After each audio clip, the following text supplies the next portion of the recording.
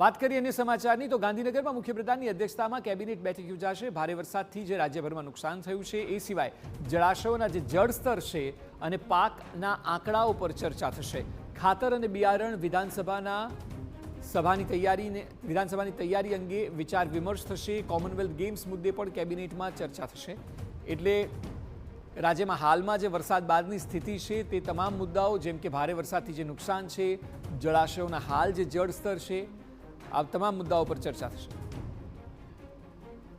તો આ વિષય પર વધુ માહિતી આપી રહ્યા છે પોલિટિકલ એડિટર કિંજલ મિશ્રા। કિંજલ, જે કેબિનેટની બેઠક હશે તેમાં વરસાદથી લઈને કોમનવેલ્થ ગેમ્સ એટલે તમામ મુદ્દાઓને ચર્ચા કરવામાં આવશે।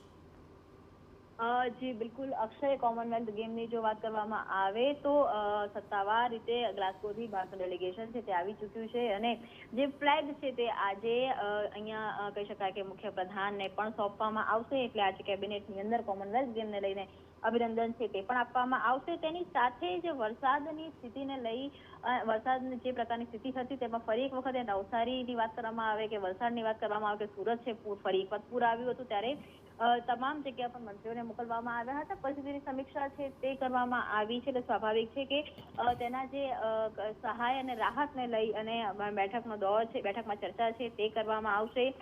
તેની સાથે જ વિધાનસભા સત્રનું આહવાન છે તે કરી દેવામાં આવ્યું છે। સપ્ટેમ્બર મહિનામાં 3 દિવસ ચોમાસું વિધાનસભા સત્ર છે તે મળવા જઈ રહ્યું છે, તેને લઈને પણ બેઠકમાં ચર્ચા કરવામાં આવશે। વાત કરવામાં આવે 15મી ઓગસ્ટની અને આગામી સમયના સરકારના કાર્યક્રમો અને પોલિસી રિલેટેડ મુદ્દાઓની આજે બેઠકમાં ચર્ચા રહેશે। પરંતુ સૌથી જે કહી શકાય કે પ્રાધાન્ય છે તે કોમનવેલ્થ ગેમ અને સહાયને આપવામાં આવશે। જી બિલકુલ, આભાર સમગ્ર માહિતી બદલ।